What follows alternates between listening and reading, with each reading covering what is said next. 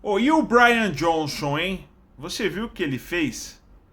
Bem, para quem está se perguntando quem é esse maluco, ele é um bilionário que ele é obcecado em não morrer. Ele toma mais de 80 pílulas por dia, faz transfusão de plasma do próprio filho adolescente e vive monitorando cada função do corpo dele. E essa semana ele soltou que criou um clone bebê de si mesmo. Mas calma.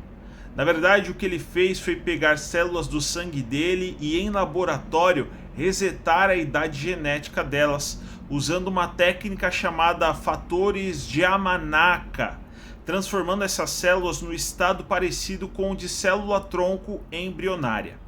O tal clone não é um humano, uma cópia dele mesmo, é um conjunto de células reprogramadas. E ele usou esse termo para chamar atenção e causar, obviamente. E o plano dele é usar o Baby Brian, que hoje vive numa placa de Petri, para virar literalmente o próprio doador de sangue jovem, testar tratamentos nele e até tentar cultivar órgãos do futuro. Segundo ele, isso pode ajudar a tratar a doença autoimune que ele descobriu recentemente.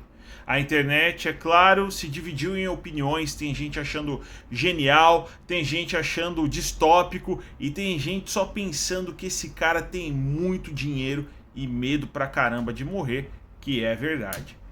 Mas a pergunta que fica é até onde a ciência deve ir na busca de prolongar a vida? E um humano modificado desse jeito, será que já é um mutante? Deixa aqui a sua opinião.